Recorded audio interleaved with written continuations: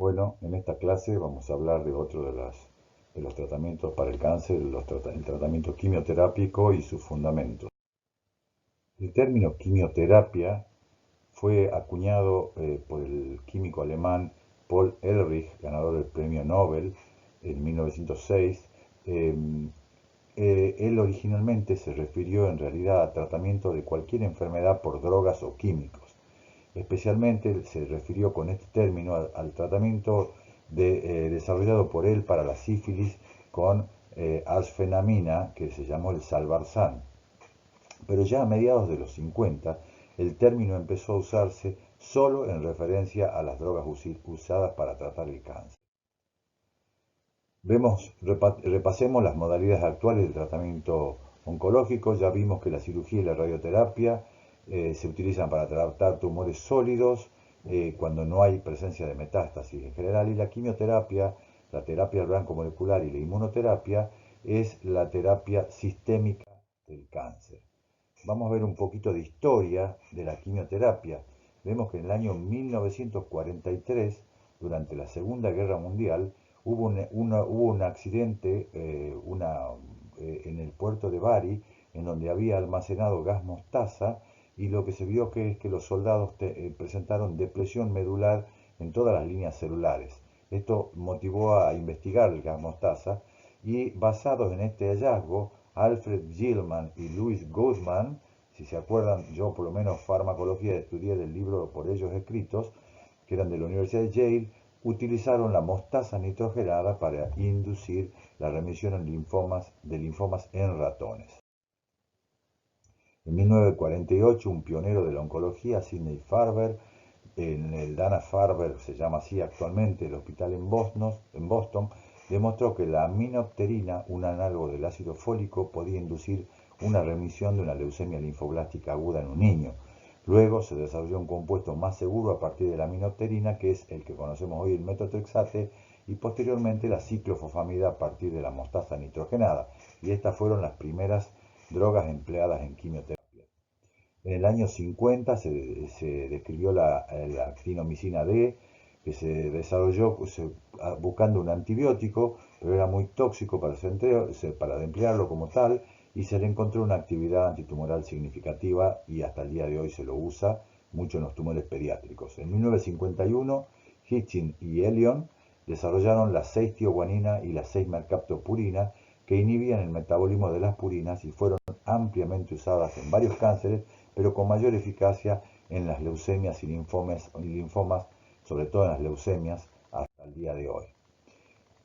Finalmente, en los años 70 se le llama la era dorada de la oncología clínica, donde se desarrollaron nuevos fármacos y se describieron regímenes activos de combinaciones de estos nuevos fármacos desarrollados.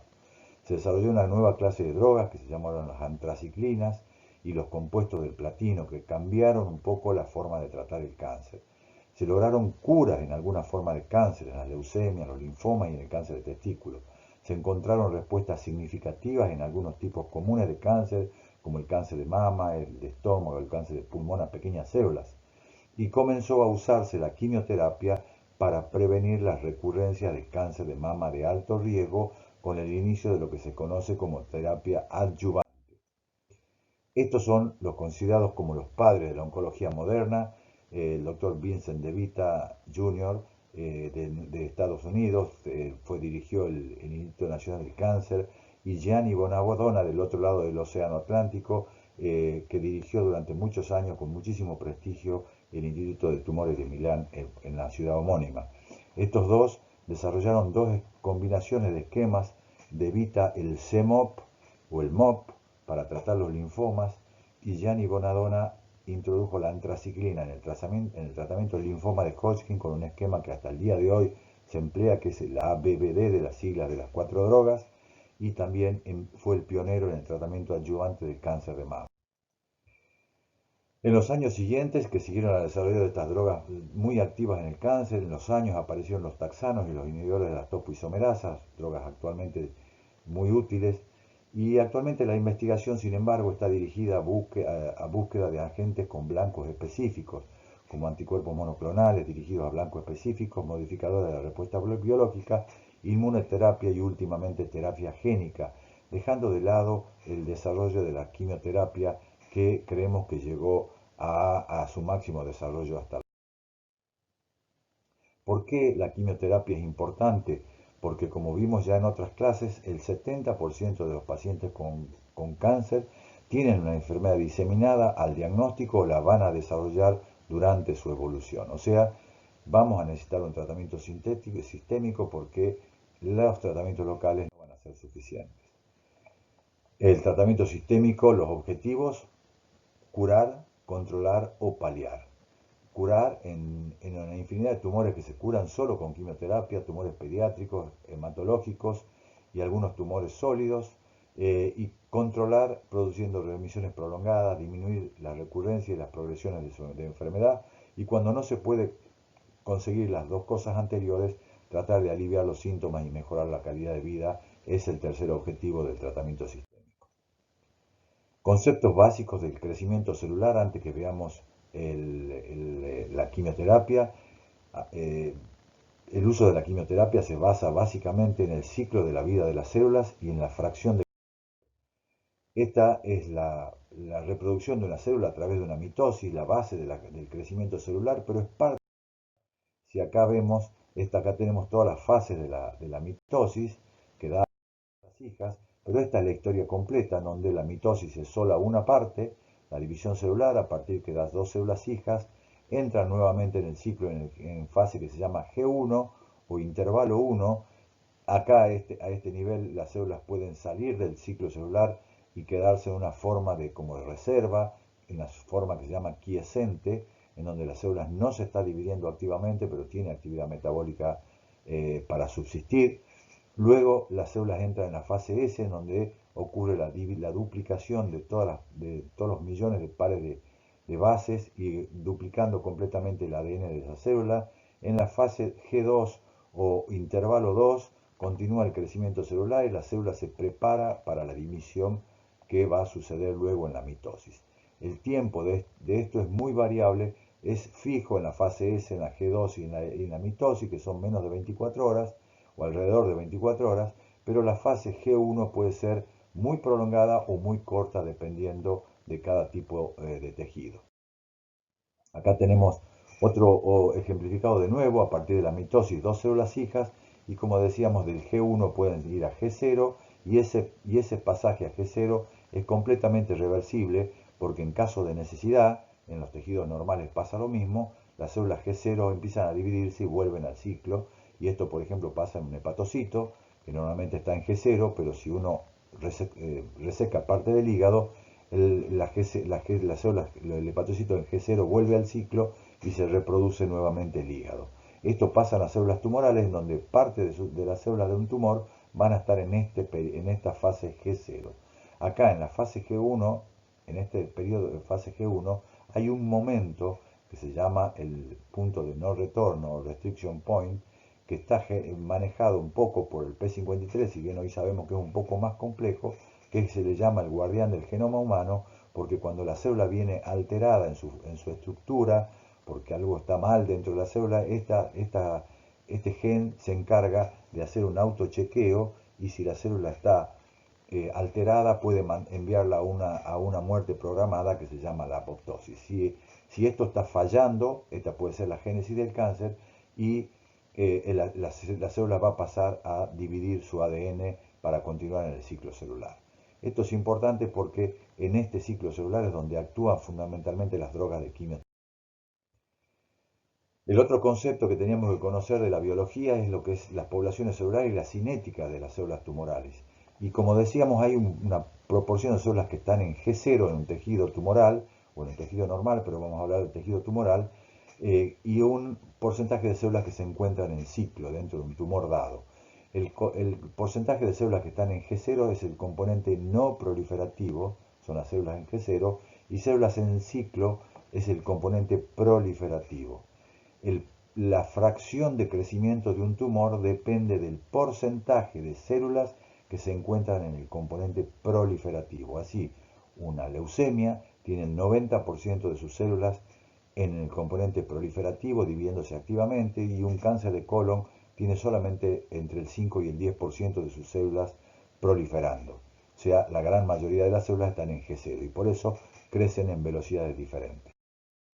¿Cómo crecen los tumores? Los tumores crecen a partir de la mitosis, se van duplicando las células y si tomamos cada duplicación de 1 a 2, de 2 a 4, de 4 a 16 y así exponencialmente, vamos a ver que de una célula para llegar a, eh, a, a que el tumor pueda ser detectable tiene que pasar 30 duplicaciones y para llegar a 1 gramo de tejido tumoral, que es acá, que ponemos 1 gramo porque es el momento en que uno puede diagnosticar un tumor. Entonces, toda esta vida previa en esto que se llama fase exponencial de crecimiento rápido, en donde la fracción de crecimiento, o sea, el porcentaje de células que están en el ciclo, siempre es mayor del 50%. Entonces, este periodo del crecimiento del celular es el más sensible a las drogas que actúan sobre las células que se reproducen. Pero toda esta fase es subclínica, no la conocemos, no la podemos ver. Y cuando podemos ver al tumor, ya diagnosticarlo, entra en su fase de amesetamiento, en su fase de decrecimiento de la tasa de crecimiento, por lo tanto se reproducen menos y son menos sensibles a algunos agentes quimioterápicos. Acá tenemos una cosa que pasa durante esta fase subclínica. Puede pasar que las células adquieran la capacidad, como vimos dentro de las capacidades adquiridas, de penetrar los tejidos, entrar en los vasos sanguíneos e irse a otro tejido y producir lo que se llama una metástasis. Pero en el momento en que nosotros diagnosticamos al tumor, que puede ser en este momento, esas células están en estado microscópico, están en esa fase subclínica de crecimiento exponencial. Entonces vamos a ver que esas células que nosotros tenemos que intuir que puedan estar son susceptibles a los tratamientos y lo vamos a ver después, más adelante en la... Entonces, principios básicos de la quimioterapia. Evitar, ¿qué es lo que buscamos? Evitar la multiplicación de las células malignas, la invasión, la cascada metastásica y finalmente la muerte del paciente. Afectar la multiplicación celular y el crecimiento, por lo tanto, el crecimiento tumoral, especialmente a tratar de afectar las células con una tasa rápida, una alta tasa de crecimiento, y cuando es eficientemente administrada la quimioterapia debería producir un mayor efecto con una menor toxicidad. ¿Cómo podemos clasificar a las drogas de quimioterapia? Y una de las formas de clasificarlas es de acuerdo a sus mecanismos de acción, cómo actúan. Entonces tenemos las primeras drogas que se desarrollaron, los agentes alquilantes, las ciclofosfamidas, las nitrosureas, son drogas que se unen al ADN con una función alquilo y producen su disfunción. Para todo, no solo para la división, sino para toda la actividad de producción de proteínas, de expresión de genes y demás. Por lo tanto, es una droga que se llama ciclo inespecífica. Actúa tanto en las células que están dividiéndose como en las células que están en G0. Mientras que por el otro lado tenemos los antimetabolitos, que son todo lo que necesita la célula para reproducir el ADN, son las bases púricas y pirimídicas. Entonces tenemos análogos de las purinas, como las dos drogas que vimos, y análogos de las pirimidinas, como el 5-fluoracilo y la gemcitabina, que son las más usadas actualmente, que van a actuar sobre las células que se están dividiendo rápidamente. Por otro lado, los antifolatos, como el metotrexate o el pemetrexed, es importante. ¿Y por qué es un antimetabolito? Porque dentro de las bases pirimídicas, el uracilo, digamos la timidina, no existe en la naturaleza y es necesaria para el ADN. Y entonces la timidina se obtiene a partir del uracilo, que se hidroxila a partir del ácido fólico que le da 2 hidrógenos y de esa manera de uracilo pasa a timidina y puede sintetizar el ADN. Entonces, si nosotros damos metotrexate o pemetrexed, este proceso no se va a producir, no se produce timidina, no puede reproducirse el ADN, es un antimetabolito y actúa entonces claramente en la fase S. Luego tenemos los antimicrotúbulos. Como vimos dentro de las fases de división celular, una de las cosas que aparecen son el uso mitótico que tracciona las cromátides hacia los polos para dividir la célula, y esos son microtúbulos que están formados por pequeños pedacitos de tubulinas, que se llaman proteínas tubulinas, que se polimerizan y forman estos usos. Y luego, para traccionar las cromátides, se van despolimerizando. Y tenemos dos grupos de drogas que actúan a ese nivel. Los alcaloides de la vinca, que son drogas que vienen de plantas, la vincristina, vinblastina y vinorelbine, que son inhibidores de la polimerización de las tubulinas. Por lo tanto, no puede formarse el uso mitótico, no puede dividirse la célula.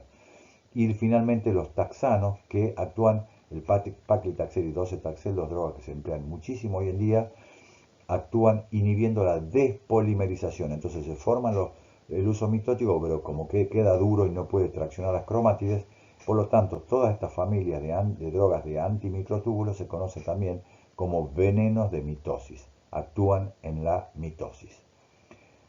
El tercer grupo, de acuerdo a sus mecanismos de acción, tenemos los platinos y análogos. El cisplatino, carboplatino y oxaliplatino son drogas que actúan parecido, de manera muy similar a los agentes alquilantes. O sea, actúan, pero no son agentes alquilantes, no producen uniones alquilos, pero producen uniones entre las hélices del ADN que producen la disfunción del ADN y por lo tanto actúan tanto en ciclo como fuera del ciclo celular. Los siguientes grupos de fármacos son los inhibidores de la topoisomerasa, que hay dos topoisomerasas, topoisomerasa 1 y 2, que son las que permiten el remodelamiento del cromosoma cuando ya está dividido, y esto pasa en G2. Entonces, usar estos fármacos para las células en G2 y no entran a mitosis. El etopósito y las camptotecinas son los representantes de cada una de esas drogas. Y finalmente, los antibióticos antitumorales, que son también una de las primeras drogas desarrolladas. Ahí está la doxorubicina, muy útil, muy empleada sobre todo en cáncer de mama.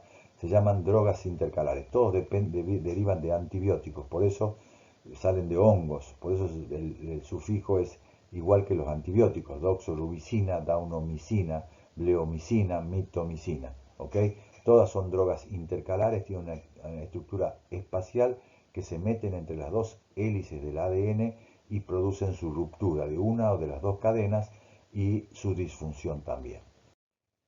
Entonces, ya vimos cuáles son los grupos, vemos dónde actúan cada una en el ciclo celular y vemos los agentes alquilantes. Acá tenemos la fase G0 y las S, G2, y acá G1, G2, E y M. Entonces, los agentes alquilantes actúan en todo el ciclo, en todo, son ciclos inespecíficos.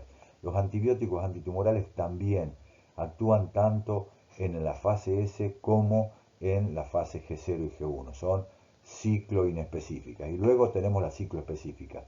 En la fase de síntesis, los inhibidores de purina, de pirimidina, análogos de purina, pirimidina y los antifolatos actúan aquí.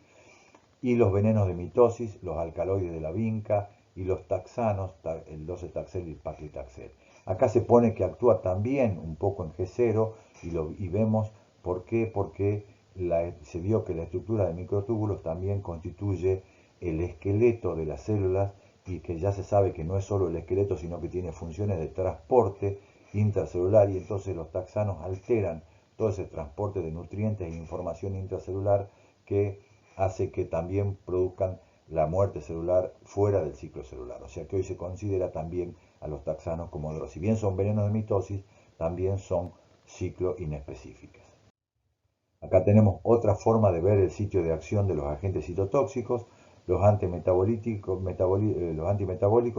en la síntesis del ADN, ¿sí? Y a nivel celular, los agentes alquilantes y los agentes intercalares actúan en el ADN impidiendo la transcripción del ADN y la duplicación del ADN. Son ciclo inespecíficas. Y finalmente en la mitosis, los venenos de mitosis. Otra forma de clasificar el tratamiento quimioterápico es de acuerdo a su objetivo, cuál es la indicación terapéutica por la cual lo usamos. Y entonces tenemos que puede tener una indicación curativa, paliativa, adyuvante o neoadyuvante. Estas dos están en el extremo: la que cura, la que solo alivia síntomas, vamos a ver que hace algunas cosas más, y las que están alrededor del tratamiento local. La indicación como tratamiento curativo, la definición es el agente quimioterápico que se usa como único tratamiento con intento curativo. Los fundamentos son los tumores altamente sensibles a la quimioterapia con una alta fracción de crecimiento. Y los ejemplos Los ejemplos clásicos, las leucemias, los linfomas, el cáncer de testículo y el corioncarcinoma son todas enfermedades que se curan solamente con drogas de quimioterapia. En el otro extremo de la historia está el uso activo, y es el tratamiento quimioterápico que se aplica como tratamiento sin intento curativo. Pero no solamente es para paliar síntomas, puede sí aliviar síntomas, pero también puede prolongar la vida y puede mejorar la calidad de vida. Esta prolongación de la sobrevida es muy importante siempre que haya mejoría de calidad de vida, o sea, podemos no curar a un paciente, pero hacerlo que viva mucho tiempo. Por ejemplo, el cáncer de mama puede ser una enfermedad cuando hace metástasis óseas, por ejemplo, una enfermedad incurable, pero con los tratamientos que existen hoy en día podemos hacer que esas pacientes vivan muchos años con buena calidad de vida y eso también, como no es curativo, lo definimos como un tratamiento paliativo. Entonces los ejemplos, que aparte del cáncer de mama que acabo de dar, todos los tumores avanzados en los que se cuente con drogas eficaces. Y finalmente los tratamientos que están alrededor del tratamiento quirúrgico, el primero que vamos a describir es la quimioterapia que se llama, y es el tratamiento quimioterápico que se aplica luego del tratamiento local con intento curativo. Los fundamentos es tratar la enfermedad micrometastásica, como habíamos visto en un esquema anterior, y básicamente se emplean en cáncer de mama, cáncer de colon, cáncer de pulmón, actualmente algunos. Bien, entonces, finalmente, la última indicación es la quimioterapia neoadyuvante o también se dice de inducción, y esta es el tratamiento quimioterápico que se aplica antes del tratamiento local con intento curativo. ¿Cuál es el fundamento? Disminuir el tamaño tumoral para permitir la preservación de órganos. Esto es bien importante. Cáncer de mama localmente avanzado que requeriría una mastectomía. Hacemos quimioterapia previamente, el tumor reduce y puedo hacer una cirugía de conservación de mama.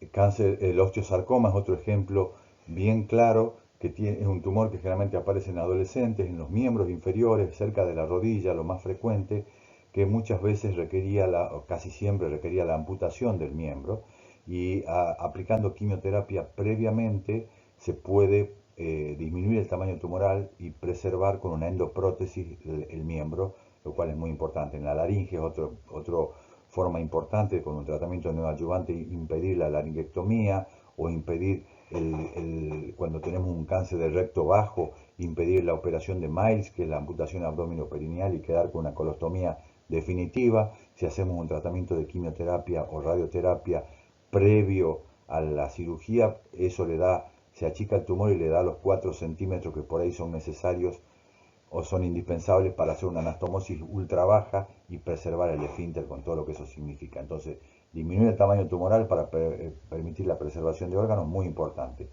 Evaluación in vivo de la eficacia del tratamiento. Eso hoy sabemos que también nos indica el pronóstico. En un cáncer de mama, una paciente que tiene una enorme respuesta, incluso respuesta completa patológica que se llama, que después no se encuentra el tumor, esa paciente le damos una información pronóstica vital muy importante. Esas pacientes van a tener una muy buena evolución y ya lo sabemos por la respuesta. Eh, También puede servir esa evaluación en vivo para eh, definir el tratamiento que yo voy a emplear después de la cirugía o la radioterapia, porque si yo hago un tratamiento previo que no tuvo mucho efecto, no tiene mucho valor que yo lo utilice después del tratamiento quirúrgico. Y finalmente, el mismo principio que había en la enfermedad, en el tratamiento adyuvante, también en el neoadyuvante tratamos la enfermedad micrometastásica incluso antes de la cirugía. Y los ejemplos ya dijimos: cáncer de mama, osteosarcoma, cabeza y cuello, cáncer recto bajo, cáncer de pulmón, que puede también requerir cirugías en menos. Bien, ahora vimos todas las drogas, cómo actúan, cómo las seleccionamos, cómo se hace en la oncología para decir qué droga se va a usar en una u en otra situación. En realidad está todo muy pautado. Los fármacos en oncología se seleccionan mediante el desarrollo de investigación básica seguida de investigación clínica. La investigación, digamos, primero se determina que una droga es útil para determinado tumor y luego se la estudia en pacientes en la investigación clínica, que ya vamos a ver que tiene 3 fases, y que nos permite decidir cuál tratamiento es mejor y si es mejor que el que tenemos hasta ese momento. Entonces determina si un fármaco o combinación de fármacos es mejor que otro que ya se está usando o que el placebo si no había tratamiento estándar.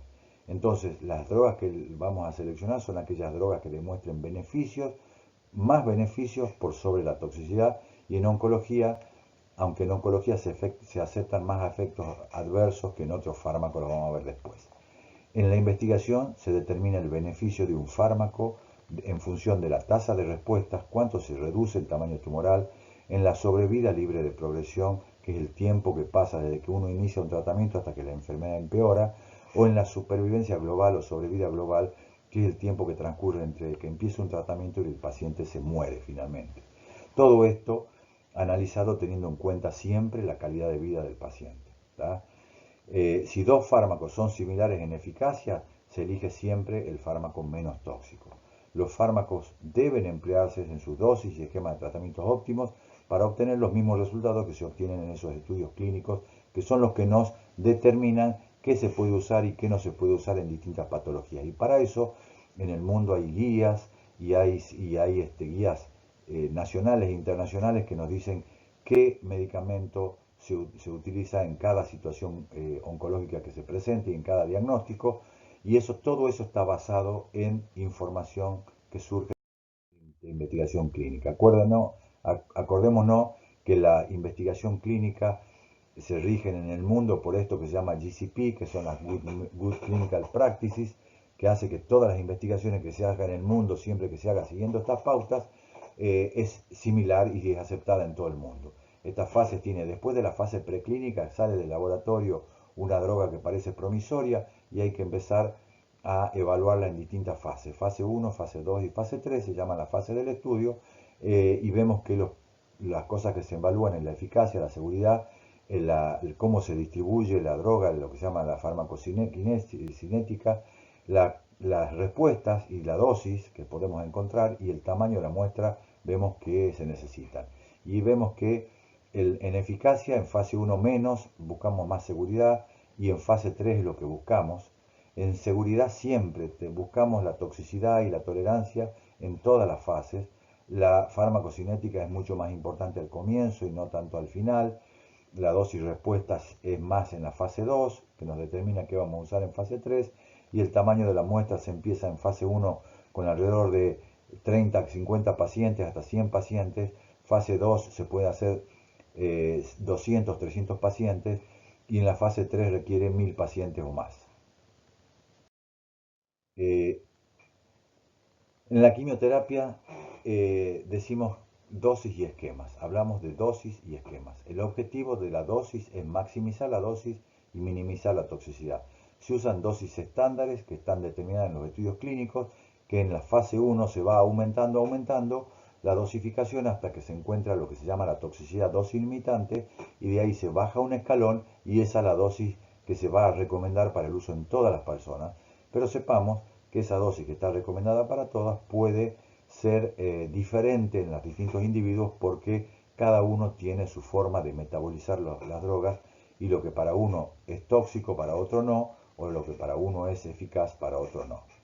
Solo este es otro concepto que es importante conocer, que cuando uno administra una droga, una combinación de drogas, solo se mata una proporción de células del total del tumor. Y por esto necesitamos repetir, aunque con un primer esquema matemos el 99.9% de las células, sabemos que vamos a tener que repetir otros 3 ciclos más, porque de ese 0,1 vamos a matar el 99.9 con el segundo ciclo y de eso que queda vamos a matar el 99 y así se calcula matemáticamente que 4 ciclos pueden ser importantes, por ejemplo, en un tratamiento adyuvante. Esto lo van a entender más. Bueno, acá está, se llama log kill la hipótesis. La muerte celular por quimioterápica sigue una cinética de primer orden, que es la que yo le acabo de escribir. Una fracción constante de células mueren por una dosis de una determinada droga y no un número constante de células, una proporción, como yo le decía, el 90% del total o el 99% del total o el 80% del total. Y eso se va a seguir se va a producir en el siguiente ciclo. El porcentaje constante del número total de células presentes en tumor morirán en cada ciclo, lo que explicamos recién. Por lo tanto, se necesita aplicar dosis repetidas de quimioterapia para matar todas las células. Y esto es, ya vimos la dosis, y esto es el número de ciclos. Y acá vemos ejemplos, vemos si depende de dónde diagnosticamos un tumor. Si empezamos a tratarlo acá, cuando hay 10 a las 9 células, vamos a necesitar probablemente muchos esquemas de quimioterapia para matar ese porcentaje que finalmente nos haga llegar al cero. Pero si operamos primero y nos quedamos con mucho menos volumen tumoral, vamos a necesitar mucho menos ciclos. Vemos acá 5 para llegar a cero. Si solamente tratamos cuando ya la enfermedad está más avanzada, lo que hacemos es solamente prolongar un poco el tiempo de supervivencia de acá, que se moriría el paciente en la línea roja. Yo retraso esa muerte todo este tiempo, y si eso es con calidad de vida es un buen objetivo, pero también repitiendo ciclos. Esta es otra manera igual lo que le acabo de decir, y acá tal vez está mejor explicado, más o menos lo mismo. Yo creo que es. Y entonces el otro concepto de quimioterapia que ustedes van a ver que normalmente en oncología se combinan distintos fármacos. ¿Por qué se hacen combinaciones de drogas, lo que se llaman esquemas o regímenes terapéuticos? ¿Por qué? Porque proporciona un máximo de muerte celular dentro del rango de toxicidad tolerado por el enfermo para cada droga. O sea, se puede usar dos drogas sin tener toxicidades superpuestas. Usar dos drogas reduce la resistencia a las drogas y incrementa la efectividad. Proporciona un rango de cobertura de las líneas celulares resistentes más amplia que en una población heterogénea. Los tumores, por definición, lo dijimos en la clase de biología, son heterogéneos. Entonces necesitamos drogas que tengan distintos mecanismos de resistencia y distintos mecanismos de acción para que en conjunto puedan tener mejor acción. Las combinaciones se seleccionan evitando toxicidades superpuestas y causa entonces un espectro mayor de efectos adversos, pero minimiza el riesgo de toxicidad letal. Acá lo mismo, tratamientos combinados, régimen o esquema, significa el uso de dos o más drogas de prueba de efectividad en un tipo tumoral. Es el principal avance en el tratamiento del cáncer en los pasados 20 años. Y la racionalidad, ya lo repetimos, preservación de clones resistentes, citotoxicidad de células en G0 y en las ahí actuamos de dos, la ciclo inespecífica y las ciclo específicas, y algunas drogas tienen lo que se llama un efecto sinérgico. Esto lo vieron en fármaco, algunas tienen solo un efecto aditivo porque actúan en dos mecanismos de acción diferentes, pero otras tienen un efecto sinérgico. Y cuando decimos 1 más 1 es 3, el efecto de sumar dos drogas es mayor que el de cada una de ellas individualmente. El tratamiento combinado entonces superior al de la monodroga en términos de mayor tasa de respuesta, incremento de la duración de las remisiones y minimizar las chances de resistencia a estos fármacos. Actúa principio de selección, cómo seleccionamos para una combinación, cómo actúa como agente único, debe ser útil para esas patologías que queremos tratar, tratar de buscar drogas que tengan distintos mecanismos de acción, distinta dosis limitante, que puedan usarse a dosis óptimas porque no tienen esa toxicidad cruzada. Yo si tomo dos drogas que tienen toxicidad hematológica, no voy a poder usarlas a la dosis máxima porque se van a superponer las toxicidades. Entonces ahí tengo que bajar la dosis, disminuyo esa dosis óptima, y lo que hay que ver es si eso es tan bueno como dar dos drogas que tengan distintos mecanismos de acción, una con toxicidad hematológica y otra sin toxicidad hematológica, y dar las dos dosis y las dos drogas en dosis óptimas. Poder aplicarlas en intervalos consistentes, disminuye la resistencia, como dijimos, y la actividad sinérgica que también dijimos. El principio importante de la quimioterapia, sabemos que las drogas tienen efectos secundarios, y entonces el balance entre la actividad y la seguridad siempre debe ser a favor de o balanceado o equilibrado o a favor de la actividad por sobre la seguridad. Otros principios de quimioterapia, la duración de los ciclos, la frecuencia y el número. Ya un poco lo vimos. La frecuencia, generalmente las drogas se emplean cada 3 semanas, en ciclo cada 21 días o 3 semanas, aunque actualmente hay algunas drogas que se emplean en esquema semanal, algunas en esquema quincenal y algunas pocas en esquema mensual. Vamos a ver por qué el más frecuente es cada 3 semanas, sobre todo cuando usamos drogas con toxicidad. El número de ciclos está determinado sobre la base de ensayos clínicos de investigación en el caso de la adyuvancia sobre todo, pero la duración de la quimioterapia en la enfermedad avanzada, cuando tenemos que medir, va a depender de la respuesta de esa enfermedad. Si el tumor desaparece por completo, tenemos lo que se llama una remisión completa de la enfermedad, siempre hay que continuar con 1 o 2 ciclos más, porque desaparece lo que vemos, pero consideramos que queda enfermedad microscópica que requiere más ciclos de tratamiento para tratar de eliminarla. Si la enfermedad retrocede, o sea, se obtiene una remisión parcial sin que desaparezca, se continuará con la quimioterapia mientras ésta sea bien tolerada y mientras se mantenga la respuesta, mientras no aparezca nuevo crecimiento o un nuevo tumor. Finalmente, si la enfermedad avanza o si la enfermedad empeora, crece el tumor, la quimioterapia debe interrumpirse y buscarse otra alternativa terapéutica. Y vamos al efecto, a las toxicidades. En las toxicidades, acá vemos que puede actuar la quimioterapia en una infinidad de sistemas y órganos. El primer concepto que quiero decirles sobre la toxicidad es que no todas las drogas tienen la misma toxicidad. No todas las drogas producen los mismos efectos secundarios. Entonces eso hay que tenerlo en cuenta, ¿sí? Y conocer cuáles son los efectos secundarios más frecuentes que produce cada droga.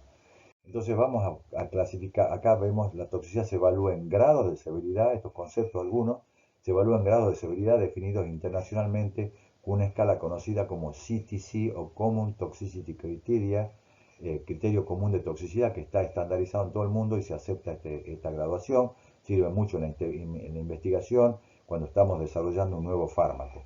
Y se gradúan del grado 0 a grado 4 en su severidad. Grado 0 cuando no hay toxicidad, grado 1 y 2 la toxicidad es leve a moderada, generalmente es aceptable y no requiere muchos cambios en el medicamento. Y la grado 3 y 4 es la toxicidad severa y la toxicidad que amenaza la vida. Y estas toxicidades se consideran no aceptables.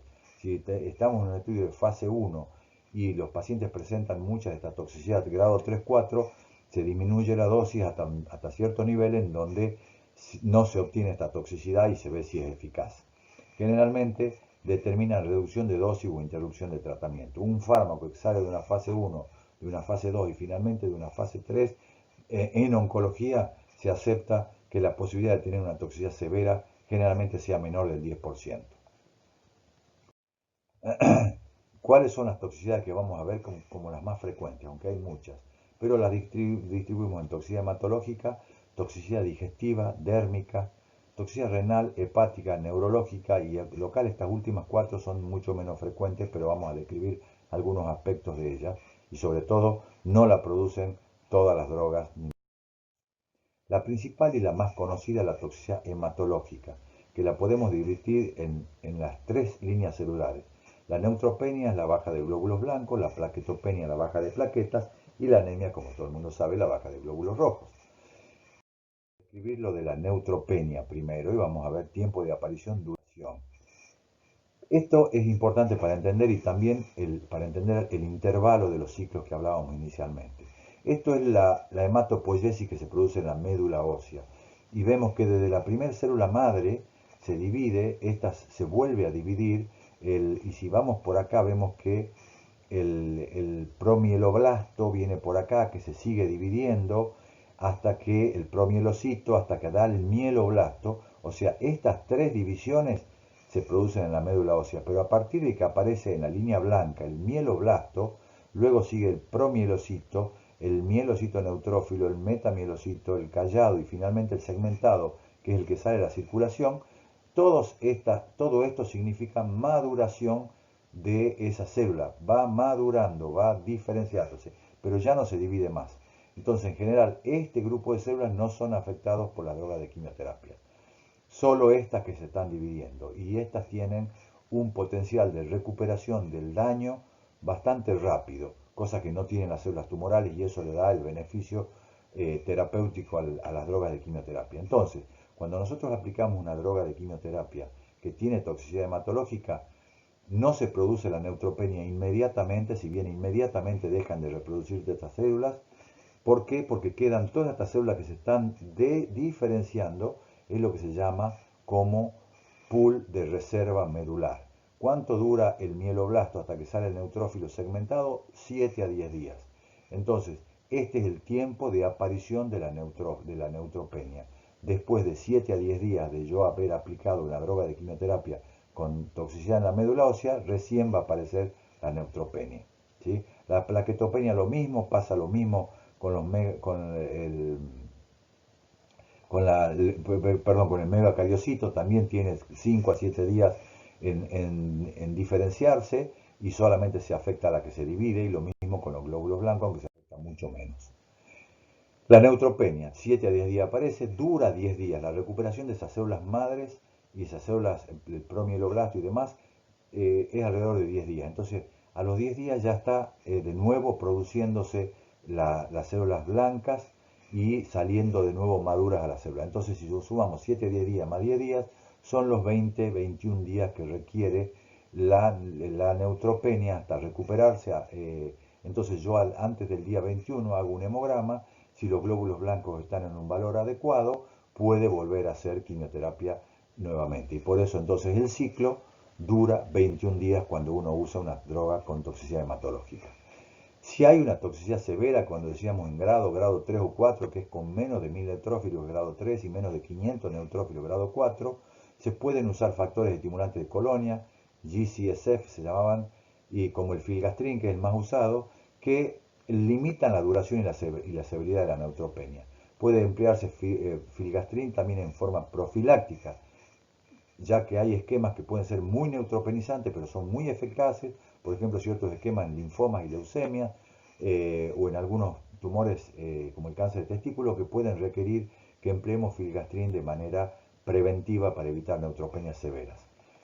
O bien un paciente que presenta una neutropenia febril, que es esto, fiebre y con menos de 1000 neutrófilos, o fiebre más de 38 grados, requieren el filgastrin para que esa neutropenia sea de corta duración y salgamos del peligro de tener un paciente con muy pocas defensas. Entendamos que la neutropenia febril es una emergencia oncológica, pero es una emergencia médica. Todos la tenemos que conocer, ya sea que usted haga en clínica, cirugía, lo que sea. Si está en una guardia y viene un paciente con fiebre y le preguntan y hizo quimioterapia hace 10, 15 días, pídanle un hemograma y definan si el paciente tiene menos de 1000 neutrófilos, está en un cuadro de neutropenia febril que requiere a tomar cultivos rápidamente y empezar con un esquema antibiótico empírico de amplio espectro, tratando de cubrir todos los gérmenes posibles, hasta tener el resultado de los cultivos en donde uno puede adecuar el esquema. Pero no debemos estar esperando al infectólogo o al oncólogo que venga a decir qué tenemos que hacer. Menos de 1000 neutrófilos y fiebre, actuar. Finalmente, dentro de la toxicidad hematológica, la plaquetopenia es bastante menos frecuente que la hematológica. La vida media de las plaquetas es de 7 días. Y la anemia todavía es más infrecuente, suele aparecer al final de los tratamientos. ¿Por qué? Porque los glóbulos rojos tienen una vida media mucho más larga, de 120 días, o sea que son mucho menos afectados por la quimioterapia, en la línea de esa. La toxicidad digestiva la dividimos en mucositis, diarrea, náuseas y vómitos, y pongo al final la toxicidad hepática solo para un comentario. La mucositis se produce porque el turnover de la mucosa digestiva es de 5 días, 3 a 5 días. ¿Qué es el turnover? Es desde que la célula basal se descama en la superficie. Entonces, cuando yo doy una droga que actúa sobre las células que se dividen, altero esta mecánica, las células de las capas superficiales se van perdiendo y no son repuestas por la capa basal, y se producen lesiones en todas las mucosas, tanto la orofaringia como también la colónica, la intestinal.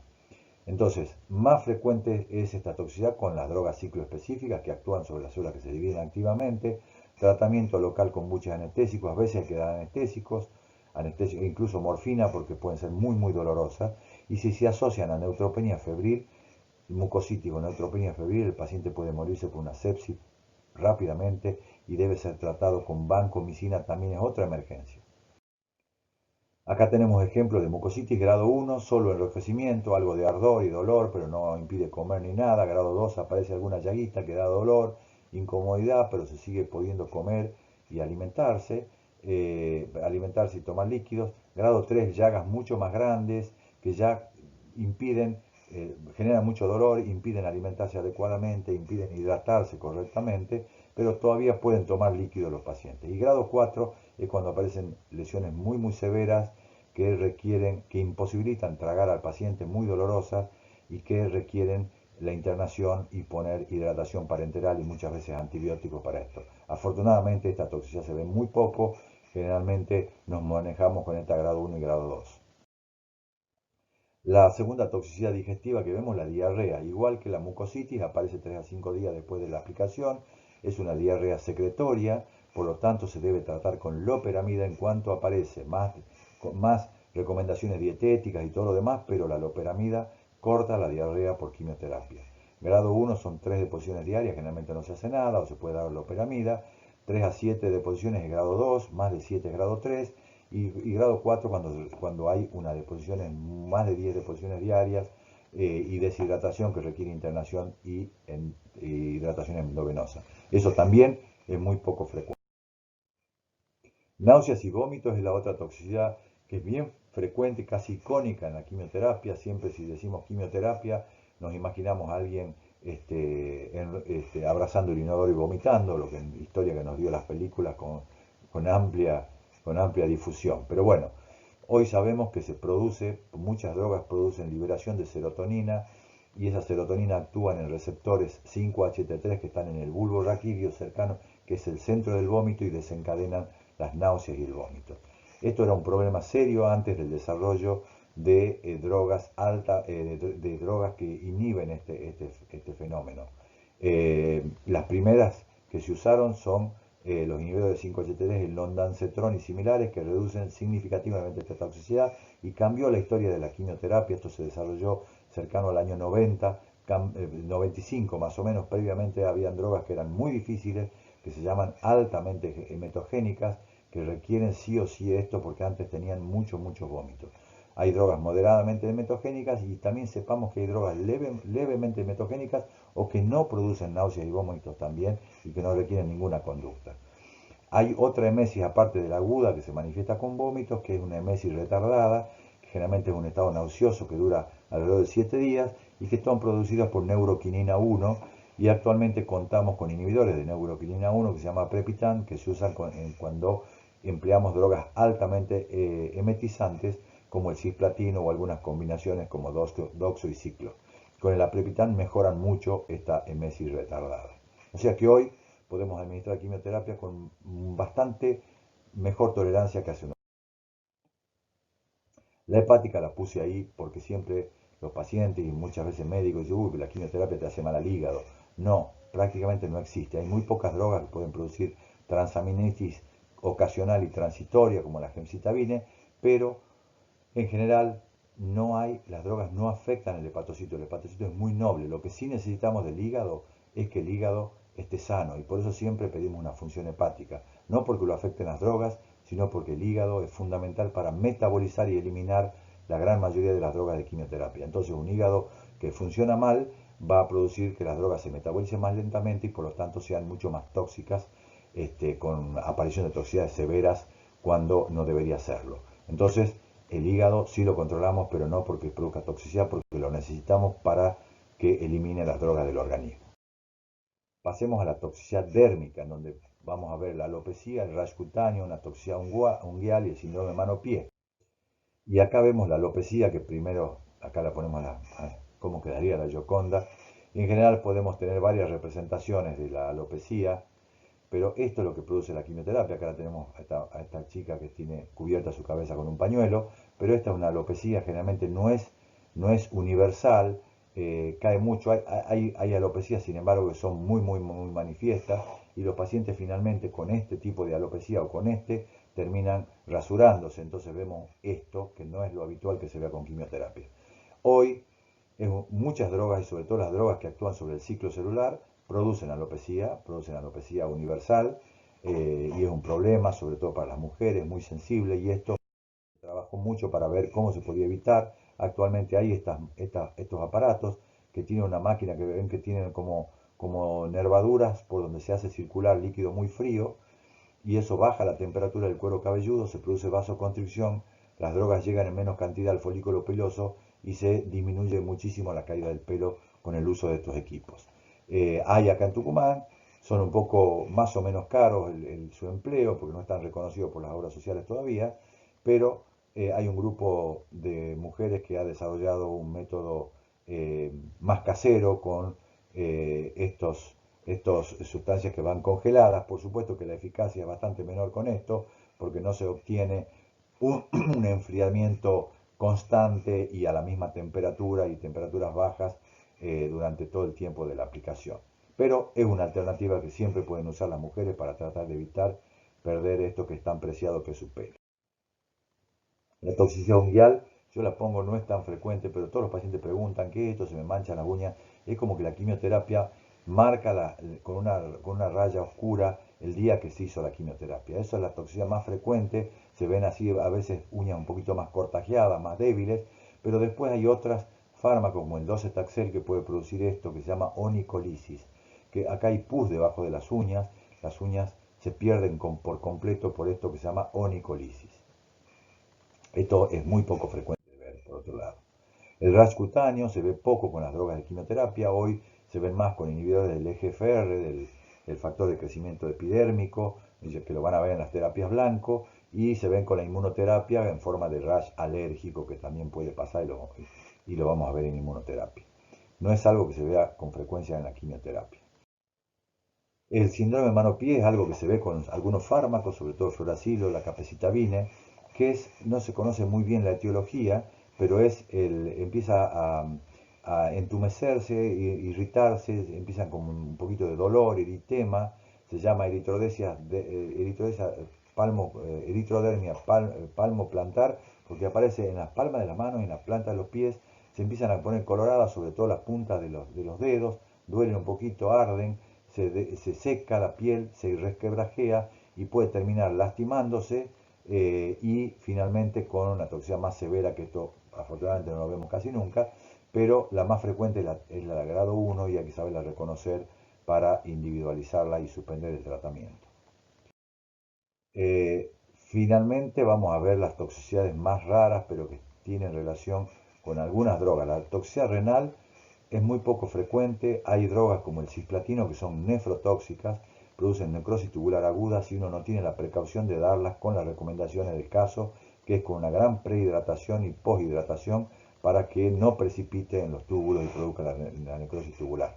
O sea que el cisplatino puede usarse con precaución y no vamos a tener mucha toxicidad renal, pero si un paciente recibió cisplatino y vomitó mucho o no se hidrató correctamente el día de la aplicación, puede producir algo de toxicidad renal. Siempre tenemos que estar bien evaluando la toxicidad renal cuando usamos estas drogas, y si la usó también podemos pensar que pueda tener una alteración renal. La toxicidad cardíaca es muy poco frecuente, no la produce casi ninguna droga salvo la doxorubicina, que produce por alguna razón una miocardiopatía dilatada, muchas veces reversible, aunque a veces no, y lo que tiene de característica que es una toxicidad que aparece con la acumulación de dosis. La dosis aparece en un 10% de los casos a partir de 400-450 miligramos metro cuadrado de doxorubicina. Si pensamos que la doxorubicina se usa entre 50 y 60 miligramos metro cuadrado por ciclo y se usan 4 a 6 ciclos en adyuvancia, llegamos a 240, 280 miligramos, pero estamos siempre lejos de la toxicidad cardíaca. Pero si tenemos que volver a utilizar esos fármacos, tener cuidado y monitorear siempre con un ecocardiograma durante el tratamiento con doxorubicina, y en los pacientes con antecedentes cardiovasculares o con algún trastorno cardiovascular, hacerlo antes, porque si tiene una fracción de eyección del miocardio baja por menos del 50%, generalmente no usamos doxorubicina. La toxicidad neurológica, la polineuropatía periférica, es la más frecuente, se produce sobre todo con las drogas que se llaman, con los taxanos que vimos, que actúan sobre los microtúbulos. Y dijimos de este transporte nutricional de los microtúbulos dentro de las células. Bueno, pasa lo mismo en las neuronas. Hay microtúbulos que van desde la neurona hasta la punta de una dendrita de un axón. Cuando no empieza a disfuncionar con los taxanos, no lleva bien la nutrición hacia los nervios periféricos y se produce la desmielinización de los nervios, pierden la vaina de mielina y aparece esta polineuropatía periférica, como otras más, como la alcohólica y demás, son bastante similares. En manos y pies, y puede llegar a ser severa si uno no tiene la precaución de evaluarla y parar a tiempo. La leucoencefalopatía la ponemos raro, pues ya no se hacen estos tratamientos. Antes se hacía quimioterapia y radioterapia concurrente en el cerebro y hemos visto que produce esto, una atrofia significativa, una leucoencefalopatía que puede llegar a dejar con severas alteraciones neurológicas a los pacientes. Bien, esta finalmente una toxicidad local. Tengamos en cuenta que algunas drogas de quimioterapia son hay algunas que son irritantes y otras que las que son peligrosas son las que se llaman vesicantes, que si salen de la vena pueden producir un daño en los tejidos que termina en necrosis. Entonces hay que tener mucho cuidado con esto porque es un accidente. La quimioterapia es una responsabilidad de la enfermera que debe estar bien entrenada, pero siempre la responsabilidad termina cayendo sobre el médico que la indica. Y vemos acá algunos casos. Esta es extravasación en el pliegue del codo, en el dorso de la mano. Ahí ven, ya se hizo una escara sacra, perdón, necrótica, que se termina hay que destecharla, sacarla, y ven acá, se destechó una escara y quedaron los tendones al aire. Ahí hay que poner un injerto y siempre va a quedar con una secuela. Acá vemos otra más leve, no llegó a la necrosis, pero todas estas cosas pueden pasar y son molestas, pueden quedar con secuelas los pacientes. Hay que tener personal muy bien entrenado. Y otra cosa que se hace en Europa o en Estados Unidos, no se usa estas drogas vesicantes sin un dispositivo implantable subcutáneo que se lo conoce como Portacat, que se pone por debajo de acá, ahí se lo pone acá. Es una membrana perforable hacia arriba que uno la pincha y llega directamente por un catéter a la vena subclavia. Pero le pongo este ejemplo porque esto también pasó. Una enfermera entró mal en el Portacat y salió la medicación afuera y produjo una extravasación en un Portacat. Esto no pasa. Las enfermeras que manejan los Portacat generalmente lo hacen bien y no pasa esto, ni lo de los brazos. Así que bueno, eso es todo. Muchas gracias y nos vemos en la próxima clase.